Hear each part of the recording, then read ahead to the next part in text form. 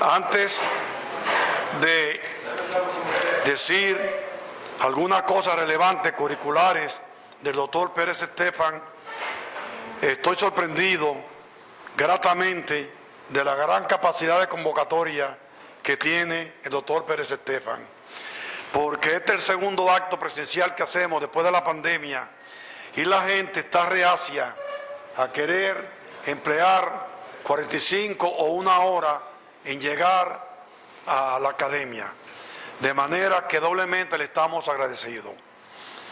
El doctor Reynold José Pérez Estefan, como todos sabemos, es un médico de profesión y estudios académicos muy prestigioso que reside en su ciudad natal de La Vega. Oye, qué coincidencia. La conferencia es sobre el día después de la muerte de Trujillo en 1961 y ese fue el año en que él nació, el 5 de abril. 2 meses antes. 2 meses antes del magnicidio. 2 meses antes del magnicidio. He graduado de doctor en medicina en la Pontificia Universidad Católica de Santiago, República Dominicana. Voy a obviar, ustedes lo comprenderán, la vasta experiencia que él tiene en ese campo. Pero sí decir, porque es algo raro, que en UCATESI, la Universidad Católica Tecnológica del Cibao, tiene 38 años como docente. Además, es licenciado en Teología, con diplomado en el Antiguo Testamento, así como en usos y costumbres del pueblo de Israel. Fue violinista de la Gran Orquesta Filarmónica del Cibao, fundador y ocupó la presidencia del patronato de la Casa de la Cultura de La Vega y pasado presidente de la centenaria Sociedad Cultural La Progresista, miembro del Instituto Vegano de Cultura. Es miembro de la New York Academy of Sciences, de la Academia de Ciencias de la República Dominicana, de esta academia, como dije, de la Sociedad Dominicana de Genealogía, de la Academia Dominicana de Medicina, fundador de la Sociedad Dominicana de Historia de la Medicina, miembro del Instituto Panamericano de Geografía e Historia y de la Sociedad Dominicana de Bibliófilas. Sus últimas publicaciones son La Santa Cena de Nuestro Señor Jesucristo, publicada en el 2019. El libro Memorias de Juanito, que fue declarado de interés nacional por el doctor Bruno Rosario Candelier, presidente de la Academia Dominicana de la Lengua, y que ya lleva 4 ediciones, entre ellas la más reciente, a cargo del Archivo General de la Nación. De manera pues que me complace dejarlo con el miembro correspondiente nacional, doctor Reynold Pérez Estefan, y su disertación El día que ajusticiaron a Trujillo y un día después en La Vega. Pido para él un fuerte aplauso.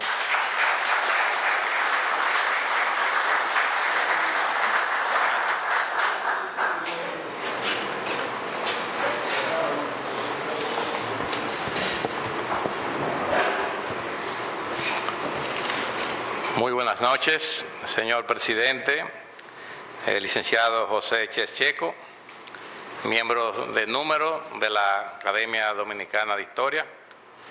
Destacar la presencia de nuestro maestro y guía espiritual e intelectual, doctor Fran Moyapón, miembros correspondientes, miembros colaboradores, autoridades civiles y militares presentes, veganos presentes, amigos todos.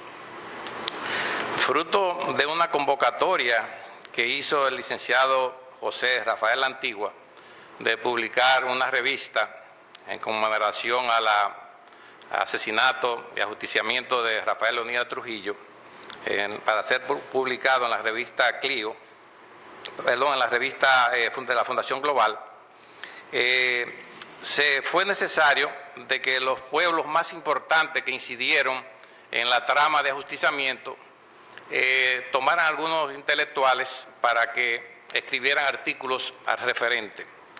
En ese caso, en ese tenor, se tomó al caso del doctor Ramos Yapón en La Vega, porque verdaderamente hay un rectángulo, vamos a decir, de tipo conspirativo. Santo Domingo en esta esquina, en la otra esquina Santiago, y en las dos varas paralelas está La Vega y del otro lado Santiago. Moca, exacto.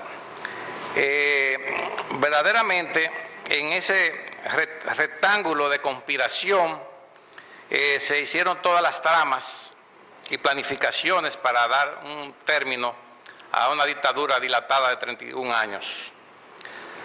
El título de la conferencia dice: La ciudad de La Vega, el 30 de mayo de 1961, cuando ajusticiaron al jefe, un día después, y temas paralelos. Para el año 1961, la mediterránea y próspera provincia de la Concepción de La Vega tenía una población aproximada de 20.000 habitantes, número arrojado por los resultados de un censo nacional gubernamental realizado a la fecha citada. Pese a la naturaleza de sus ciudadanos, de ser personas con un acendrado fervor por la cultura y con un amor proverbial por el olimpismo, en esta crisolada comunidad cibaeña no que se quedó amedrentada ni de espalda de forma irresponsable al proceso o movimiento de lucha libérrima para poner fin a la sangrienta y prolongada dictadura de Trujillo, que en su largo y recorrido de 31 años de duración ya estaba desprestigiada y asqueada por los innumerables crímenes, abusos de poder y atropellos a los derechos humanos, donde además existían incontables desafueros cometidos de forma deliberadamente. Ya el general Rafael Leónidas Trujillo había firmado con tinta indeleble su decreto de muerte, con el crimen de las 3 hermanas Mirabal, el 25 de noviembre de 1960, y con el choque frontal con la Iglesia Católica de La Vega, la que le puso fecha de caducidad a su gobierno. Estando el jefe celebrando un Te Deum en la Catedral de la Concepción de La Vega, y cuyo oficio religioso estaba presidido por el destacado religioso español Monseñor Francisco Panar Ramírez, con la exposición pública de su sermón desafiante, se convirtió en un grito de dolor y justo reclamo ciudadano, pareciendo ser una declaración de guerra a Trujillo. Este indeleble acontecimiento tuvo fecha un sábado en horas de la mañana, el 11 de marzo de 1961, donde el prelado, en medio de una homilía, instruyó, o más bien le requirió con gran autoridad al dictador Trujillo, allí presente, que se arrodillara, quien estaba de pie de forma gallarda junto a su séquito de serviles militares y políticos. El mandato del obispo Panar lo hace con la autoridad que su alta investidura eclesiástica le confería, pese a que el presidente tirano ofrecía resistencia al mandato que le sugirió, y con gran disimulo su acompañante y consultor personal, Virgilio Álvarez Pina, allí presente, de forma muy sutil, le tocó el hombro derecho y le hizo un comentario a sus oídos diciéndole: hágalo así, jefe, le conviene. Eso me lo comentó un gran trujillista ya desaparecido que estaba próximo a ellos en esa actividad religiosa, vegano. Le acompañaban además Paíno Pichardo y el siniestro Víctor Alicinio Peña Rivera como principales en su seguridad militar.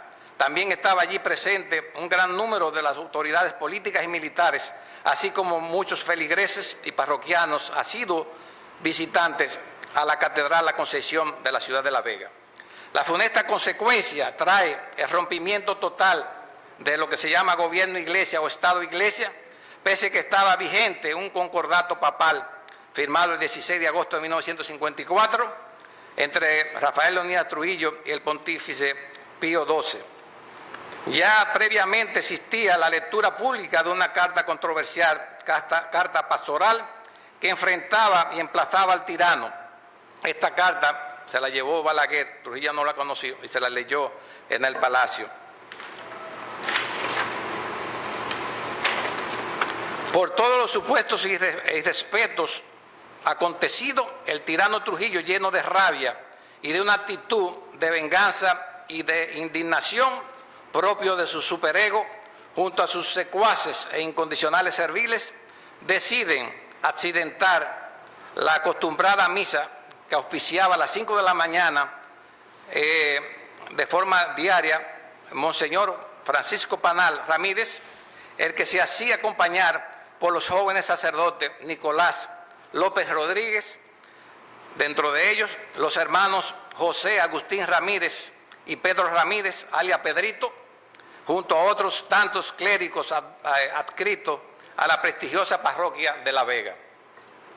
Algo como prácticamente anecdótico y algo simpático, el padre Pedrito, que ya era muy famoso en La Vega por andar con su sotana clerical, con un carro moderno deportivo descapotable, usando una gafa de color negra, con una atractiva apariencia física que levantaba el morbo y la picardía de las mujeres parroquianas de su época, motivándole a asistir a las misas, y las que se sentaban en los bancos de las primeras filas para hacer además sus secretas confesiones con el popular sacerdote.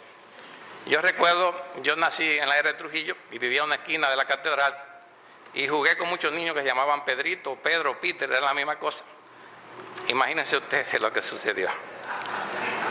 En la solemne celebración de la acostumbrada misa de las 5 de la mañana en la Catedral de la Concepción, un sábado 4 de marzo de 1961, de forma inesperada se interrumpe abruptamente el oficio religioso cuando un grupo de paleros al servicio de la dictadura gobernante introducen de forma repentina muchas prostitutas bailando semidesnudas en la catedral,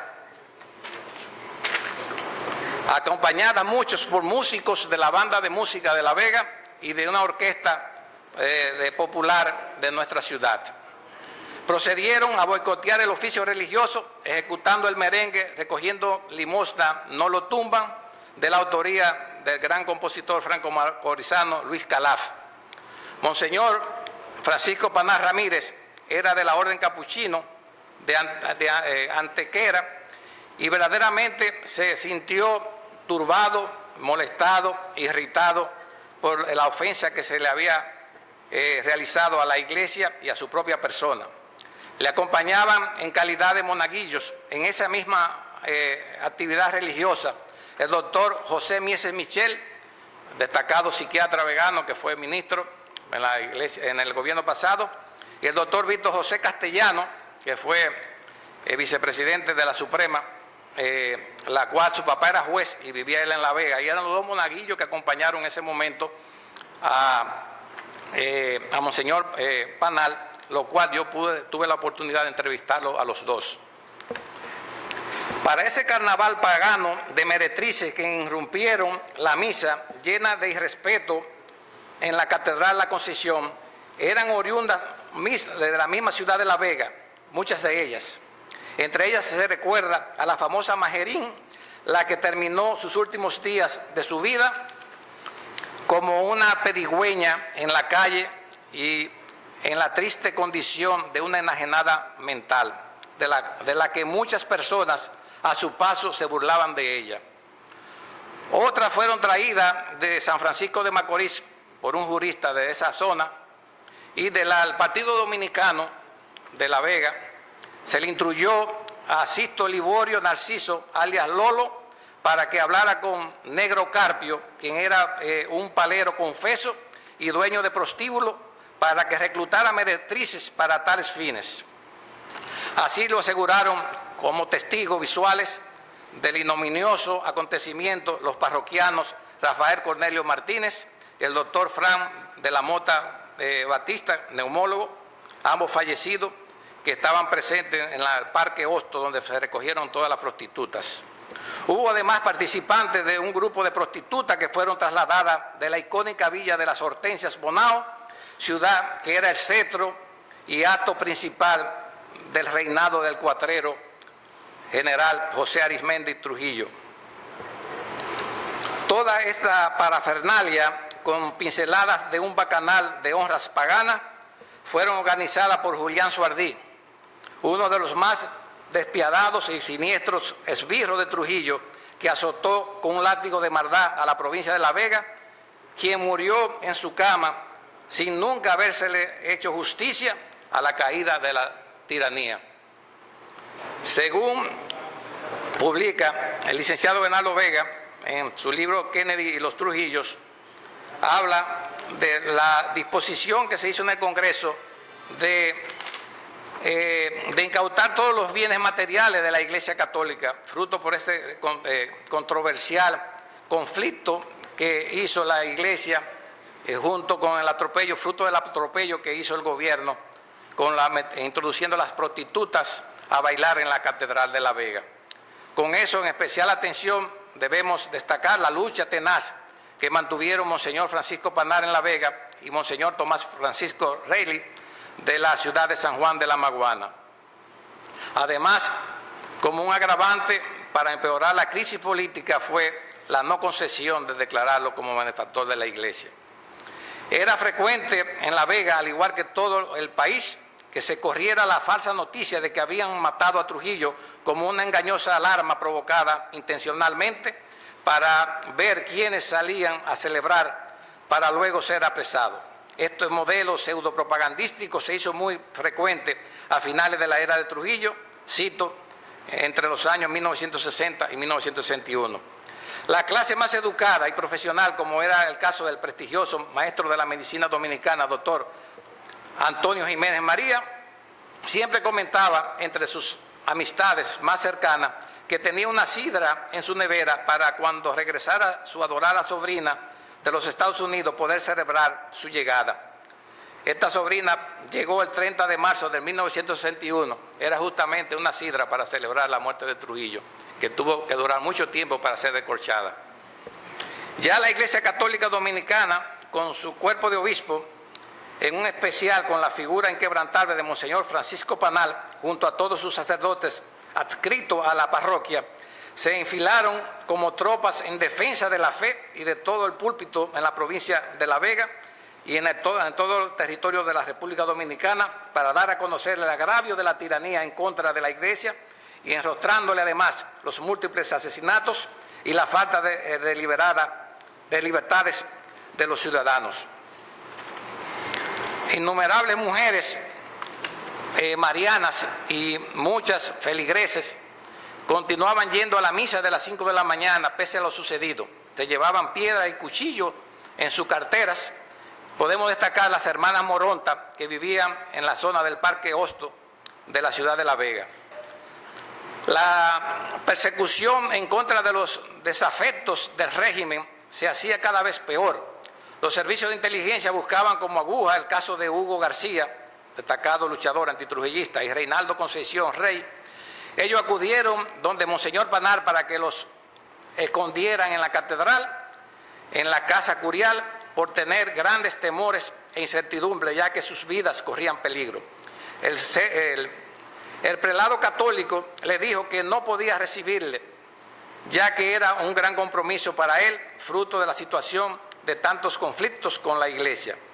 Rey Concepción, indignado por haberle defendido de los paleros y estando ellos frente al altar mayor de la Iglesia, se puso rubicundo y con gran desbordante rabia le dijo: Panal, después de una breve y accidentado conversatorio, le pidió en la despedida que le besaran su anillo clerical.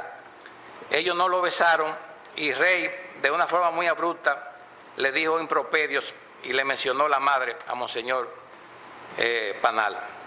Ya Rey Concepción y Hugo estaban bastante buscados porque ya habían llenado la ciudad de dos sílabas, CT, que significaba contra Trujillo, principalmente el área de mercado de la ciudad de La Vega. Para la fecha se destacaban como policías represivos en la ciudad de La Vega, el capitán Betermí, quien era de Mocano, Fran Lora y también Viterbo, alias Pechito. Este último era miembro destacado del Servicio de Inteligencia Militar. La información del asesinato de Trujillo, al ser recibida en nuestra ciudad, fue una noticia llena de incertidumbre, como en todos los pueblos, de difícil credibilidad, pero sin lugar a dudas, fue La Vega de las primeras ciudades del país, junto a Moca, donde la noticia se hizo primicia y eco de difusión. El martes 30 de mayo de 1961, a las 9:45 de la noche, en el kilómetro 9, ya sabemos lo que sucedió, en la carretera de Santo Domingo a San Cristóbal, se le pone fin a la dictadura de Rafael Leónidas. El miércoles 31 de mayo, óigase bien, es la primera vez que se narra patéticamente lo que sucedió con Ernesto de la Maza en la ciudad de La Vega. El miércoles 31 de mayo a las 4 de la mañana, ya la casa de Ernesto de la Maza en la ciudad de La Vega estaba rodeado por su parte frontal y posterior por un aparatoso contingente de soldados y policías fuertemente armados, ordenándole en alta voz que depusiera de sus armas y se entregara. Ernesto de la Maza, quien se dedicaba a la agricultura y la ganadería en La Vega, estaba casado con la distinguida dama de padre árabe, Hilda Tatú, la cual fue nuestra vecina y tuve mucha oportunidad de yo entrevistarla. Estaba con la que había procreado 3 hijos, 2 varones y una hembra. Rolando, el mayor, en ese momento estaba radicado en Puerto Rico en una familia. Fernando, que era el segundo, estaba escondido en la casa de Antonio Rodríguez, alias Rodrigote, otro vegano que estuvo en la 40 y dice que se rompió los cables de la silla eléctrica, era una fiera. Y debemos también destacar que finalmente la más pequeña, Elizabeth, la única hembra y la más pequeña de los 3 hermanos, fue llevada junto a su madre a la fortaleza de la Concepción, acompañada además con su niñera, donde inocentemente la mozalbete, Elizabeth, decía: a mí no me gusta este hotel, dijo, porque hay muchos mosquitos y huele mal. La residencia de la familia de la Maza Tatú estaba ubicada en la antigua calle San Cristóbal, número 1, hoy calle Comandante Jiménez Moya, frente a la Escuela Padre Lamarche. A propósito, Trujillo había inaugurado la Escuela Padre Lamarche y la escuela todavía no tenía nombre, estaba pendiente de ponerle un nombre, y cuando pasó en una de sus actividades políticas con el vegano, destacado vegano, Manuel Moya Alonso, le dijo: ¿cuál es el padre más sinvergüenza que hay en La Vega? Y le dijo: el padre de la Marcha. Y dice: pues póngale el nombre a esa escuela de ese padre. Al adelantarse la planificación del ajusticiamiento de Trujillo, donde el mismo Ernesto había participado en una reunión previa para puntualizar y finiquitar la trama, la que fue celebrada secretamente en la ciudad de Trujillo pocos días antes, donde quedó formalmente sellado el pacto de honorable. Ya ustedes saben todo lo que participaron, para no hacerlo más extenso, en el asesinato de Trujillo. Ya rodeada la casa en toda su circunferencia por los militares desplegados en el hogar de Ernesto de la Maza, y siendo su esposa Hilda Tatú la primera que despierta, fruto de la identificación de ruidos inusuales en la calle de su residencia en horas de la medianoche. Sigilosamente mira por una brecha de la ventana frontal y observa la tétrica escena de lo que estaba pasando afuera de la casa. Allá brutalmente, rápidamente se desplaza dentro del hogar hacia la habitación trasera junto a los 2 niños, quienes fueron despertados abruptamente. Ernesto, hombre de gran coraje y decidido a morir peleando, tomó su pistola rápidamente y la rastrilló, también al igual que su escopeta calibre 12 que tenía. Él se encontraba en chancleta, pantalón largo de pijama y con una camiseta blanca sin manga. Cuando inicia su avance hacia la parte frontal de la casa, donde estaba ubicada la puerta de salida del hogar, con la intención de enfrentar al comando conjunto ya ubicado próximo al jardín frontal, su esposa se le pone delante y le detiene, llamándole la atención y advirtiéndole que si él enfrentaba a las tropas, iban a morir ellos y los niños también. Desde afuera de la casa se escuchaba la ominosa voz de los militares que le ordenaban reiteradamente que se depusiera sus armas y se entregara. Finalmente, tomó la funesta decisión de entregarse sin ningún tipo de negociación de acuerdo para que pudiera sobrevivir a su entrega. Luego procede a abrir la puerta con las manos arriba, en alto, como señal de rendición incondicional, con sus armas arriba. Rápidamente se avalanchan sobre él un número importante de un comando conjunto de soldados y policías, quienes tenían sus armas largas apuntándole a su cuerpo. Los despojaron de sus armas de fuego, luego lo colocaron en sus manos las esposas y un oscuro capuchón en la cabeza para que no se diera cuenta dónde iba a ser trasladado. En uno de los vehículos militares, lo que eran muchos y de variadas marcas, para que uno pudiera destacarse en este tipo de vehículos de transportación, hay que reconocer los clásicos Volkswagen, llamados los cepillos, que utilizaba bastante el Servicio de Inteligencia Militar. Partiendo con una caravana mortuoria hacia la nueva fortaleza, la Concepción de la Vega, ubicada en la avenida García Godoy, construida a finales de la última década de la era Trujillo, allá brutalmente interrogado y maltratado, junto a él se encontraban sus dos hermanos, Wilson Bolívar Plutarco de la Maza, Mario Antonio de la Maza, alias Pirolo. Para esto yo tuve que entrevistar a la única hermana que vive en Moca, que está viva, que está casada con el nieto mayor de Juancito Rodríguez, quienes fueron traídos desde Moca a La Vega muy temprano de la mañana, el miércoles 31 de mayo de 1961. Su padre, don Vicente de la Maza, y su hijo, Bienvenido de la Maza. A este último, por ser de más pequeña de edad de todos los hermanos, por su corta edad, que tan solo tenía 13 años, se le perdonó la vida. Por testimonios verbales de militares que estuvieron activos en la época de la tiranía, a la sazón adscrito a la fortaleza de la Concepción, al paso de los años y luego de la caída de la dictadura de Trujillo, de sus dilatados 31 años de terror y asesinatos, arrojaron las siguientes informaciones.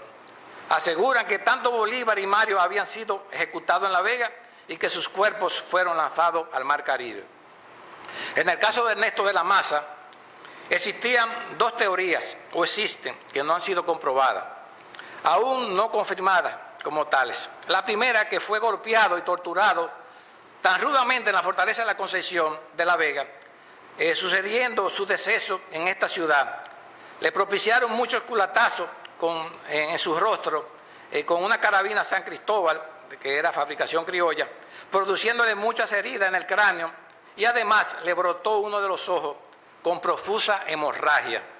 Según testimonio del capitán Juan Antonio Álvarez, oriundo de La Vega, quien era tío del doctor Hugo Álvarez Valencia, a quien tuve la oportunidad de interrogar hace unos 35 años, confirmó este hecho, señalando además que lo habían sepultado próximo donde había una mata de mango vanilejo en el patio del presidio, algo frutal que yo conocí también, que hoy actualmente está cortado y hay un pavimento en el área de la explanada detrás donde están los reclusos. Ya referida aquí la Concepción de La Vega, pero otra de las hipótesis sustentadas son que fueron tirados sus cuerpos sin vida en la profundidad de las aguas del Mar Caribe. Con los nombres de los hermanos Octavio y Antonio de la Maza, se suman a la lista de 5 hijos que vio morir don Vicente de la Maza. Una tragedia, 5 hijos vio morir. Dice un gran pensador que cuando se le muere a una esposa, el esposo, ella es viuda. Cuando se le muere la esposa, usted es viudo. Cuando se le muere su papá, usted es huérfano, si es una hembra es huérfana. Pero cuando muere un hijo, la Academia de Lengua Española no tiene una palabra que pueda describir la grandeza, el significado tan profundo de lo que es la muerte de un hijo. Y este hombre vio morir 5 hijos. Es importante destacar que en la antigua carretera para viajar desde el Cibao hacia Santo Domingo de forma obligatoria, algo como una estrategia militar, había que pasar por la ciudad de La Vega, o sea que la hoy avenida García Godoy, donde está la fortaleza, era considerada como parte de la carretera y la autopista Duarte, donde había un pilotillo o mojón marcando el kilometraje, el cual estaba construido en cemento, que precisaba el kilómetro cero, señalando así la partida y distancia existente entre La Vega y la ciudad Trujillo.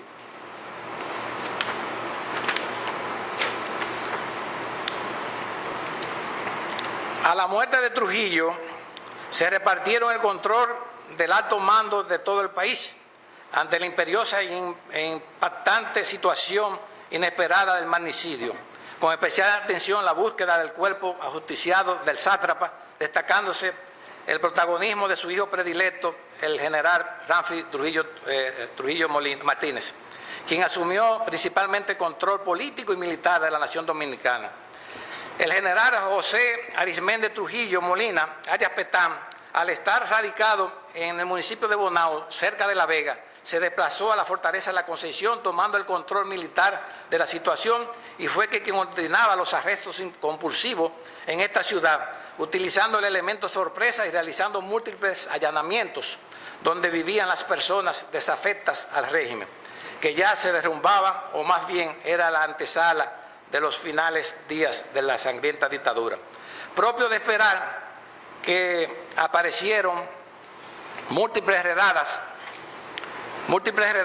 y arrestos domiciliarios inesperados de los múltiples enemigos del gobierno. Entre los primeros que apresaron figuran Manuel de Jesús Viña, alias Bu, Nicolás Martínez Pereira, alias Nicolásito, Joaquín Félix Moya, que era hermano de Rosina, la segunda esposa de Juancito Rodríguez, Antonio Rodríguez, alias Rodrigote, José Peralta Michel, entre otros tantos.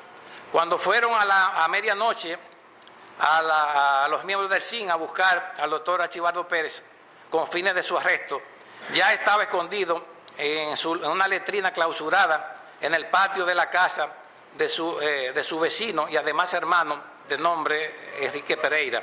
Este último también fue un destacado desafecto del gobierno de Trujillo y estaba bajeado, términos despectivo y prosaico, como se decía popularmente, a lo que olían mar o apestaban ante el régimen imperante. El doctor Archibaldo Pérez, al haber sido médico personal y confidente ideológico de Juancito Rodríguez, mientras vivió en La Vega antes de su exilio, fue lo suficiente motivo para haber tenido múltiples persecuciones políticas y justa causa para que el gobierno, para haberlo recluido en la mazmorra tétrica solitaria de la fortaleza de la Concepción, donde había que permanecer de pie, cayéndole continuamente una gota de agua en la cabeza. El temido esbirro de Trujillo, natural de La Vega, conocido como Juan Mi Sangre, denunció al doctor Archibaldo Pérez como la tenencia de armas de forma ilícita. Fueron secretamente guardadas más de una docena de pistolas de fabricación alemana George Luger de Parabellum de 9 milímetros. Estaban envueltas en nieve seca y amarradas con fina soga colocada en las armas en un falso espacio de madera de su cama, y cuando fueron a hacerle el allanamiento no fueron encontradas. Lo mismo pasó con su sobrino Nicolásito Martínez Pereira. Cuando le hicieron su allanamiento al otro día de la muerte de Trujillo, tuvo que depositar rápidamente en el fondo de su letrina, ya clausurada, una caja de madera cerrada que contenía 12 granadas para no ser descubierta, que todavía está en una letrina. Debo destacar que en el caso de Joaquín Félix Moya, quien era hermano de la dama vegana Rosina Félix Moya, la que estaba radicada en el exilio Cuba, esta a su vez era esposa de Juancito Rodríguez, quien había fallecido 6 meses antes a causa de un suicidio en la ciudad de Barquisimeto, Venezuela. Joaquín Félix fue apresado también. Si Juancito no hubiese dado un disparo en la cabeza 6 meses antes, pudo haber logrado ver la coronación de su victoriosa y prolongada lucha a favor de la liberación de la dictadura de Trujillo el 30 de mayo de 1961. La ciudad de La Vega entró en pánico colectivo, el silencio y el encierro en los hogares fue la repercusión común acontecido, ya que, como se decía popularmente, hasta las paredes oían y delataban a los vecinos en la época de la tiranía. Los múltiples veganos se hacían esperar ansiosos por saber la verdadera noticia oficial del magnicidio acontecido, todos vivían atentos a la información de la radio televisora dominicana. El informe del deceso del jefe se dio a conocer unos minutos después de las 4 de la tarde, el miércoles 31 de mayo de 1961. Por referencia del luchador en contra de Trujillo, el vegano don José Peralta Michel, no sé si está aquí presente, con su valiosa obra titulada Resistencia antitrujillista en La Vega y más allá, dice que el teniente coronel de la policía, Luis Arseno Colón, alias Tuto, hombre de confianza incondicional del régimen de Trujillo, emitió una lista de los enemigos del jefe en la ciudad de La Vega, el que advertía de la peligrosidad existente para el gobierno a causa del alto nivel cultural del vegano, y esto ponía en riesgo al gobierno imperante. También hay que destacar que el Servicio de Inteligencia Militar tenía clasificado el grado o nivel de aversión o repugnancia al régimen de los ciudadanos en cada una de las diferentes ciudades del país. Los veganos, marcados por la tiranía que ellos habían encasillado como o catalogado como recalcitrante en La Vega, estos eran los peores de todos y representaban dentro de ellos los de mayor peligrosidad para el régimen gobernante. Fueron citados en el documento Antonio Rodríguez Rodrigote, licenciado Ramoncito García, José Manuel Sabiñón, doctor Archibaldo Francisco Pérez, Dante Homero Sánchez, Luis Sánchez Reyes, Aníbal Gómez Esquea, Bolívar Pereira, Enrique Pereira, Arturo Piña, el papá de Leida Piña, que nos honra con su presencia, Casimiro Lora, Manuel Córdoba, papá de Cuqui Córdoba, licenciado Jorge Luis Pérez y Manuel Fernández. Muchos de ellos fueron interrogados y otros apresados a causa de la inesperada muerte del jefe. A esta lista se le suman también el doctor Ramoncito García, el mismo José Peralta Michel, Manuel de Jesús Viña Gómez, alias Bu, Luis Emilio Morilla, alias Chimbín, y Ángel Russo, entre otros más. Para esa fecha de la tiranía, de la fortaleza de la Concepción de La Vega, estaba comandada por el general Guarioné Estrella Sadalá, quien era hermano de Salvador Estrella Sadalá, uno de los que participaron en el ajusticiamiento del jefe. En calidad de coronel estaba Enrique Torchío y como primer teniente del Ejército Nacional estaba Juan Tomás Reyes Évora. Cuando Petán llegó a la fortaleza de esta ciudad ante la sorpresa o la sorprendente noticia del asesinato de su hermano, se hizo acompañar junto a un gran contingente de militares procediendo a arrestar al general Guarioné Estrella, trasladándolo a la ciudad Trujillo. El general Ludovino Fernández antecedió como comandante en La Vega al general Juan Tomás Díaz Quezada, el que estuvo directamente implicado en el asesinato de Trujillo. Este último a su vez fue quien precedió al general Guarioné.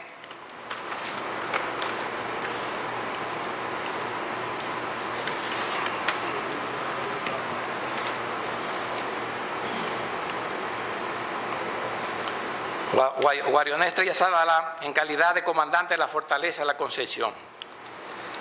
Muchos de los familiares ya fallecidos del general Juancito Rodríguez fueron apresados.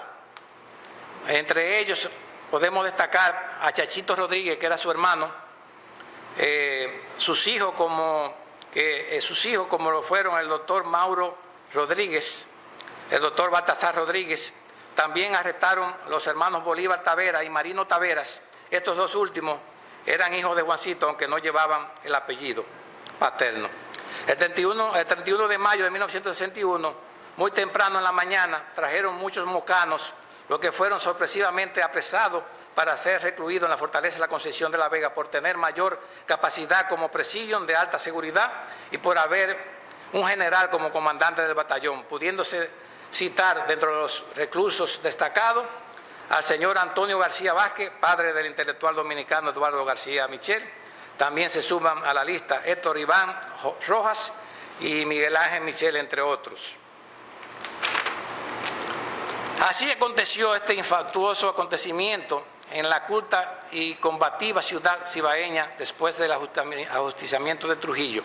La Vega quedó teñida de sangre, con desgarrante dolor y pánico, para que siempre recordemos esta fatídica dictadura, la que no debe repetirse jamás. por haber sido una ominosa y triste historia de un pueblo digno y de una gloriosa nación vilipendiada por el despotismo desmedido e irracional. Que viva la democracia y la libertad del pueblo dominicano. En este trabajo se va a publicar como un folleto el discurso de Monseñor Panal que le hizo a Trujillo. No lo vamos a dar lectura por razones de tiempo, está completo, es un discurso transcrito de forma intacta, que ni muchos sacerdotes lo conocen, es muy interesante que lo lean. También aquí queremos destacar, el 18 de abril de 1961 fue incendiada la casa del sacerdote Luis Felipe Enríquez, quien fungía como cualquier coadjutor de Monseñor Francisco Panal. La casa curial donde vivía este último también intentaron incendiarla este nefasto día por los paleros, los que fueron defendidos ferozmente la casa por los antitrujillistas veganos y por los feligreses de la Inmaculada Concepción. Les robaron todo, lo único que no se quemó fue la biblioteca del padre Enrique, y muchas personas de la alta sociedad de La Vega se encargaron hasta de llevarle la nevera y parte de su ropa, que quede claro eso. Aquí aparece también, para concluir, que esto no se ha tratado tal vez visto por una visión de un cirujano, el acta de defunción de Rafael Leonidas Trujillo, la cual muchos la han leído, principalmente los historiadores, quien escribe Emilio Ravelo, oficial del Estado Civil de la primera circuncisión del Distrito Nacional, y quien hace la autopsia es el doctor Francisco González Cruz, director del Cuerpo Médico de Sanidad Militar. Debo destacar lo siguiente, ojo con esta parte. En esa época los cirujanos no tenían experiencia en balística, porque la persona la mataban y la dejaban desangrar. O sea, no era que a ti te daban un balazo y te llevaban a una clínica para que te operaran, como ahora. Las heridas de Trujillo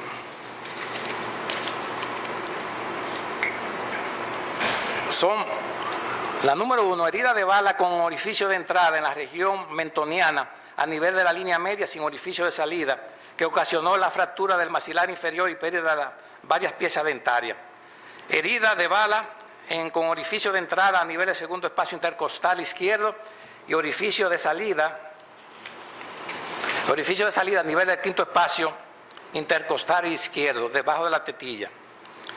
Herida de bala con orificio de entrada a nivel del séptimo espacio intercostal izquierdo, con orificio de salida en la cara posterior del hemitórax izquierdo a nivel del séptimo espacio intercostal. Herida de bala en el hueco axilar izquierdo a nivel de la línea media axilar sin orificio de salida. Herida de bala con orificio de entrada en la fosa ilíaca izquierda sin orificio de salida, y herida de bala con orificio de entrada a nivel de la primera falange. 32 años de cirujano tengo. A que le dan un balazo en la arteria femoral, como le dieron a él, en 20 minutos a 30 minutos usted se desangra. Yo sustento la tesis que si a Trujillo nos lo hubieran acostado en un quirófano y yo con los guantes puestos, el anestesiólogo listo, con un banco de sangre, el ayudante y todo, y le infringe ahí mismo todos esos traumas balísticos, no se hubiera salvado. Recuérdense que en la tauromaquia, donde la plaza de toro en España, cuando el toro engancha al torero por la arteria femoral, normalmente muere. En la plaza de toro tienen un quirófano habilitado donde tiene que haber un cirujano, anestesiólogo, banco de sangre, cirujano vascular, prótesis vascular, ahí mismo, en el lugar donde se está haciendo la tauromaquia, porque no da tiempo de llevarlo a un hospital. ¿Entienden? Independientemente que Trujillo, que estuvo tirado en el pavimento, también hay algo muy importante, que yo lo analicé con otros cirujanos de más experiencia que yo, como el doctor Ludovino Sánchez, vegano destacado. Hay un tiro que le dan en el mentón, que probablemente la prótesis se pudo haber lanzado hacia la parte posterior y junto con el sangrado pudo producirle asfixia. Eso es una cosa muy importante. Y otra cosa muy importante, visto desde el punto de vista médico, es que él tenía un hundimiento a nivel del malar, que no lo produjo una bala. Probablemente alguno de los que lo mató de forma enfadado, cuando lo vio en el suelo, le dio con la culata de una de las armas que le produjo ese hundimiento. Para esa época, ya para concluir, hablando y entrevistando a nuestro querido maestro y amigo doctor Ludovino Sánchez Díaz, en el 1961, año de magnicidio del tirano y sátrapa que ejercía como reconocidos prestigiosos cirujanos en la ciudad de Santo Domingo, ciudad de Trujillo, eran los siguientes galenos: doctor Félix Goico, doctor Abel González, doctor Eduardo Álvarez Perelló, el papá de Julia Álvarez, la que escribió La Mariposa, doctor Julio Brache, doctor Marianí Cabral, doctor César Santo Moreno, doctor Alejandro Capellán, el doctor Guillermo Ricard y el doctor Frank Hernández. Todos ellos eran destacados cirujanos generales, excepto el doctor Abel González, quien era un destacado urólogo personal de Trujillo, o sea, no era cirujano para operar este tipo de casos. Según el doctor Ludovino, dice que lo más destacado en esa época era el doctor Álvarez Perelló, quien estudió en Canadá, en Estados Unidos, y Frank Hernández, que estudió en los Estados Unidos. En esa época no había prótesis vasculares, te lo digo por mi condición de cirujano vascular. Cuando a ti te da un balazo en la arteria femoral, tenemos que utilizar lo que llaman una arteria sintética para colocarla, para sustituir ese espacio, esa onda expansiva que destruye la arteria. No había tampoco. O sea que era imposible salvar al tirano, lo que había que era remeterlo en ese mismo quirófano. Muchas gracias.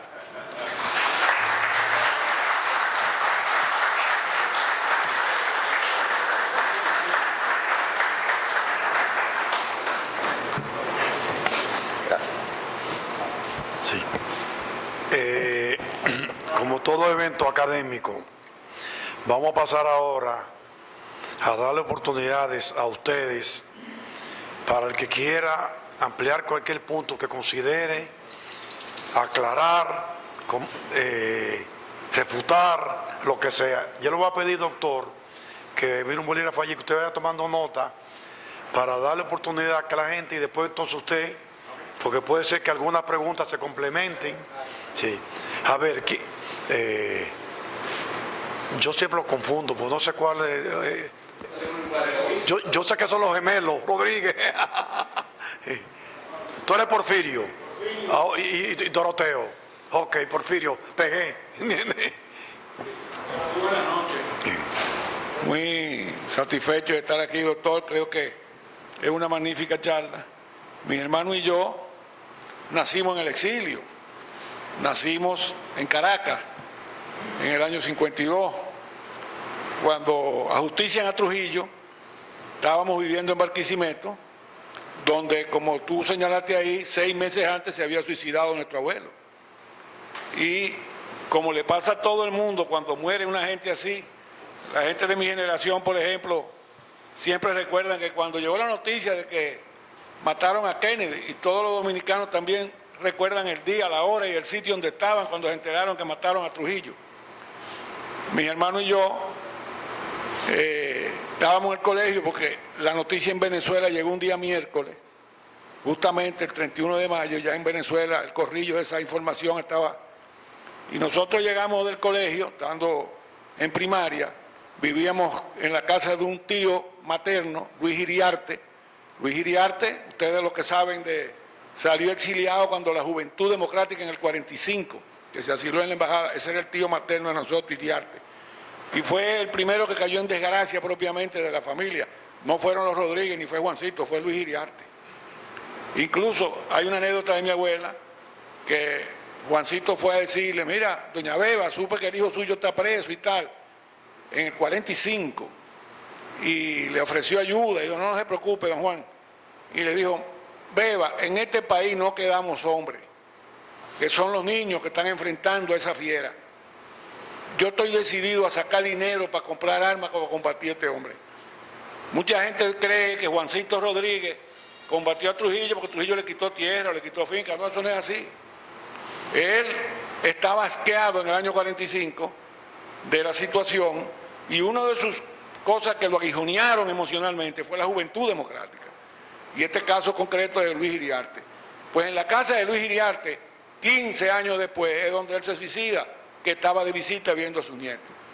Pero como tú dices, ese 31, llegamos del colegio en la guagua y los hijos de tío Luis y los primos se nos acercan corriendo. Mataron a Chapita, mataron a Chapita. Nunca se nos olvida ese día. Y pensamos que era una jugarreta de ellos, que mataron a Chapita. Pero vemos en la galería de la casa unos vecinos y vemos la gente y tal, y como que algo estaba pasando. Y efectivamente, ya la noticia era que habían matado a Trujillo. No olviden que en Venezuela era una noticia que impactó. ¿Por qué? Porque pocos meses antes Trujillo había hecho un atentado al presidente de Venezuela. El año anterior, eso es en mayo del 61, pero en junio del 60, Trujillo manda a matar a Betancourt por haber estado apoyando a los exiliados. Y entonces en Venezuela había una histeria antitrujillista muy poderosa, una conciencia antitrujillista. Entonces el hecho de que lo primero que pensó el régimen de Venezuela era que Trujillo había mandado a matar a este opositor, Juan Rodríguez. Y mandaron allá a investigar a la policía técnica judicial y todo. Pero lo que más nos impactó a nosotros tres, cuando subimos al segundo piso, que vemos a mi mamá llorando, porque mi abuela estaba celebrando y estaban bebiendo trago, mataron a ese... Y vemos a mi mamá llorando. Mamá, ¿y por qué tú estás llorando? Porque mataron a Trujillo. Y ella dijo, tú hiciste referencia ahí, estoy llorando por don Juan, porque se desesperó y no vio llegar este día. Es decir, nos dijo se desesperó porque decía, oye, me mataron a Trujillo y don Juan se suicidó hace nada más que 6 meses, el 20 de noviembre, 5 días antes que aquí Trujillo matara a las Mirabal. Se suicida Juan Rodríguez en Venezuela. Y a nosotros esa frase de mamá nos chocó mucho porque a nosotros nos dijeron que él había tenido un accidente. Que él, claro, es normal que nosotros con 8 años no nos dijeran, su abuelo se pegó un tiro. Nos dijeron, tuvo un accidente con la pistola. Y entonces nosotros, hasta todavía 14, 15 años de edad viviendo aquí, creíamos nosotros que él había muerto con un accidente. Y fue ya después más adulto que mamá y la familia dijeron, no, pues a ustedes se les dijo así porque ustedes eran niños. Pero esa frase de mi mamá fue parte de lo que siempre nos quedó en la intriga, porque iba a decir se desesperó, porque que si fue un accidente no fue que se desesperó, pero en ese momento mamá, ante la noticia, dice, don Juan se desesperó y no vio llegar este día. Ellos que tenían 15 años en el exilio, soportando precariedades, papá había muerto hace 1 año y pico, sintieron una gran alegría, una gran euforia.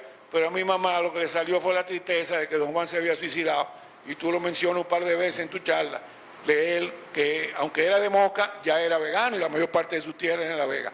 De manera que me siento motivado a dar este testimonio porque sé que aquí debe haber muchos veganos, y tú mencionaste mucho a Juancito, incluso los hijos de él que llevaban el apellido Tavera, que cayeron presos y lo persiguieron, y Chachito, el tío, y toda la familia que por ser parientes o amigos conocidos de Juancito soportaron todo tipo de persecuciones y de acoso.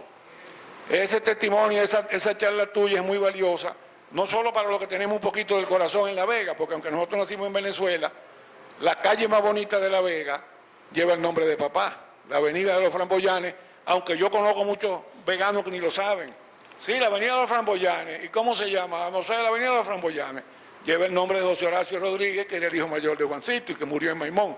De manera que nos sentimos muy emocionados, y perdona que me haya excedido, pero me sentí motivado a dar ese testimonio. Muchas gracias. No importa.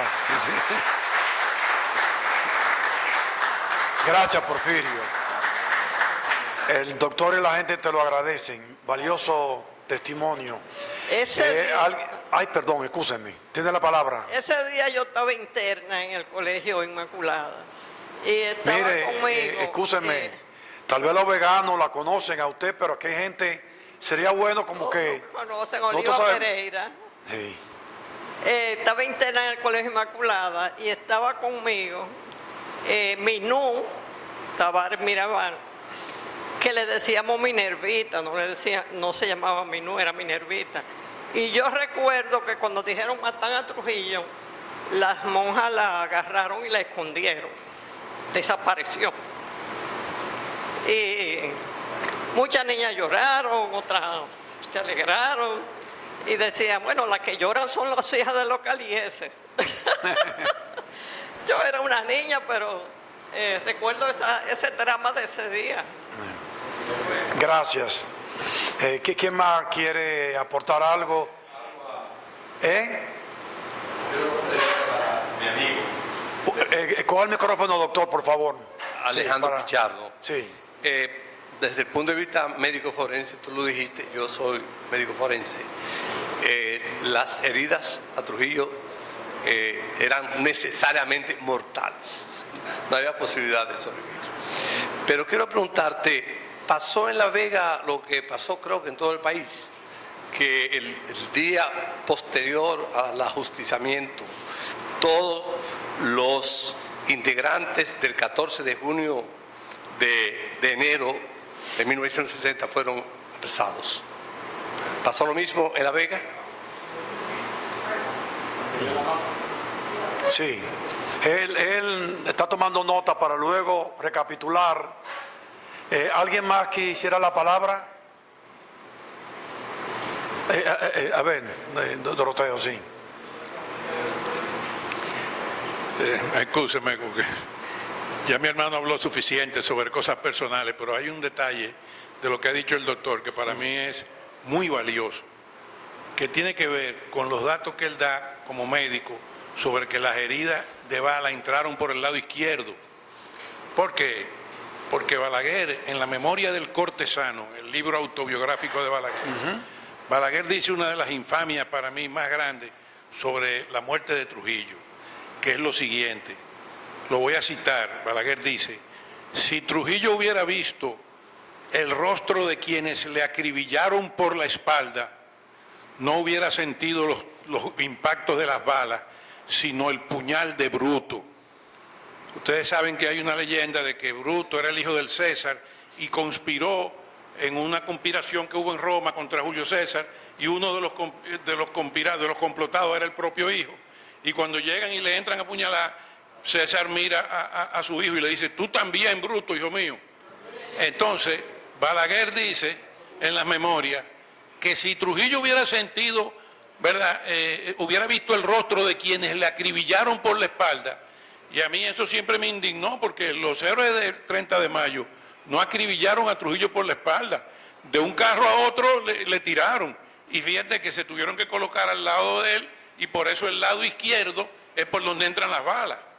O sea que, y cuando eso salió publicado en la memoria del cortesano, yo escribí un articulito queriendo aclarar eso, y ningún periódico me lo quiso publicar, porque yo añadí, en el asunto añadí, que esa metáfora de Balaguer es una infamia, tan infamante como la página en blanco aquella que salió en esa memoria de que después que yo me muere, que se va a saber quiénes mataron a Orlando Martínez. En un país serio, si un presidente admite que sabe quiénes son unos asesinos que mataron a un periodista hace tiempo y nunca lo ha dicho, y lo admite en una propia memoria, ahí mismo lo destituyen, dicen: no, usted es un cómplice por encubridor. Bueno, pero esa es la gran infamia que todo el mundo comentaba, la página en blanco. Pero había muchas otras como esa, decir que los héroes de mayo lo que fueron unos traidores. Porque entonces después que pone la metáfora de que lo que Trujillo hubiera sentido, dice, porque toditos eran unos que se habían beneficiado del régimen. Entonces en el artículo yo puse, bueno, si los que fueron acribillados en la Hacienda María cuando estaban amarrados acribillados por Ramfi, tuvieran vivo hoy día, le preguntarían a usted, doctor Balaguer, bueno, a lo mejor nosotros estábamos siendo traidores, pero traidores del déspota, mientras que usted, siendo leal de Trujillo, era traidor a la patria. Y le dice: ¿qué crimen le faltó a Trujillo para que usted también se hubiera volteado como hicimos nosotros?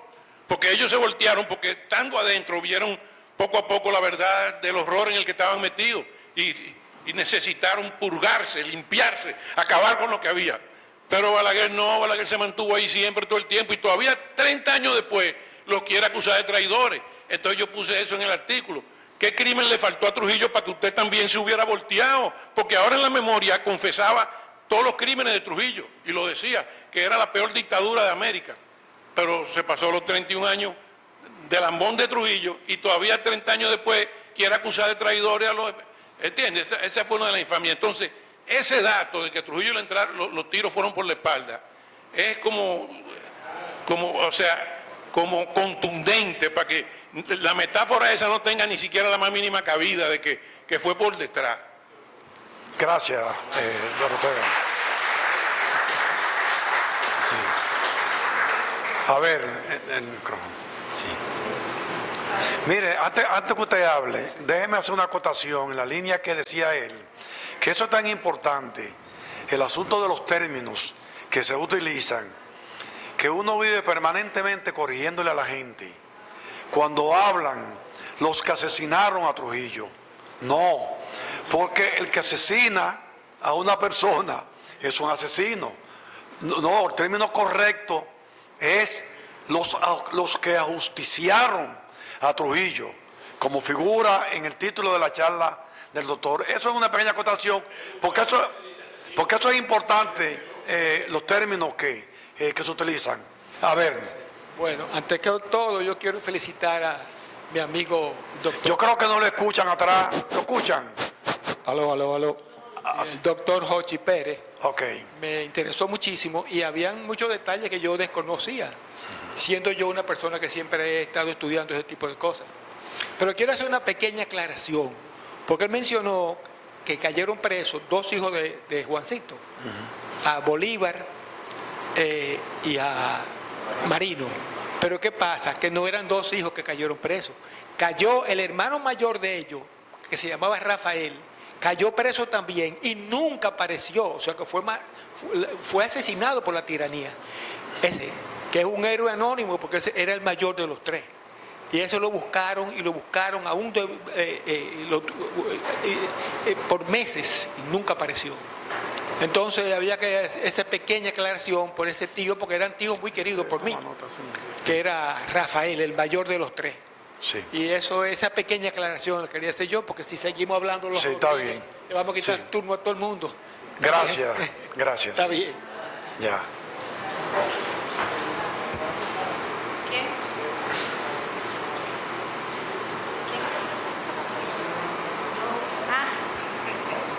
Bueno, doctor, venga para que haga cualquier cosa. Excúseme. A ver. Orlando Sánchez Díaz. También a Rafael lo agarraron frente a lo que estaba la ferretería RIT y ahí desapareció. Y también murió, lo asesinaron, a Salvador Beato, hijo de Juancito Rodríguez también. Gracias. Gracias por la aclaración. Venga, doctor, para que vayamos concluyendo. Sí, buenas noches. Yo quiero decirles algo tétrico, patético y dramático. En la Hacienda María, yo lo viví porque mi hermano Enriquillo Rivas le tocó como médico veterinario administrarla después que todo pasó. Y yo tuve la oportunidad de ir a Hacienda María frente a la piscina y al tiempo todavía la sangre, las chispas de sangre estaban en toda la pared. Yo salí de ahí, que yo creo que yo pasé 3 días casi sin hablar. No lo quería decir, pero es la forma, esa carnicería humana que se desató. Muchas gracias. Gracias. Gracias, muy amable. A todos por sus valiosos aportes. Sobre lo que dice el maestro doctor Pichardo, no todos los miembros del 14 de junio cayeron presos, muchos se escondieron y fue imposible arrestarlos a todos. Sí. No fue la única pregunta que se hizo formal. Yo tengo un gran compromiso, que estoy trabajando sobre la vida del general Juancito Rodríguez, y quería decirle a los mellizos y a Juan José, que son sus nietos aquí presentes, que yo he conocido muchos viejos en la investigación que fueron amigos de él, y él siempre les decía, no sé si de una forma jocosa, que cuando uno se quería matar, para que se matara bien, tenía que poner la punta de la pistola detrás de la oreja. Justamente en ese hueco anatómico que tiene una trascendencia desde el punto de vista neuroquirúrgico. Y ya yo he discutido con José Joaquín Puello la dinámica de ese balazo que se dio Juancito, por dónde pasó esa bala, los elementos sensibles del cerebro donde pudo haberle hecho daño y por dónde entró y salió. Pero es un trabajo que ustedes saben que me va a tomar mucho tiempo, ya tengo un tiempo que comencé, pero quiero hacerlo con la dignidad que se merece su abuelo. Muchas gracias a todos por venir. Dios le bendiga. Y al presidente de la academia, mi hermano, el licenciado José Checheco, al doctor Fran Moyapón, mi papá. Nada, doctor. Gracias a usted por brindarnos esta espléndida conferencia donde todos hemos aprendido. A todos ustedes, la gracia más efusiva. Yo estoy sorprendido de la cantidad de gente que hay hoy aquí. Realmente sorprendido porque la gente no se acostumbra todavía a venir a los actos. Este es apenas el segundo acto que hacemos después de la pandemia. Y qué bueno que ustedes nos han honrado hoy en la academia. Gracias de nuevo. Los invito, hasta la próxima actividad y lo vamos a invitar a compartir una copa de vino. Buenas noches.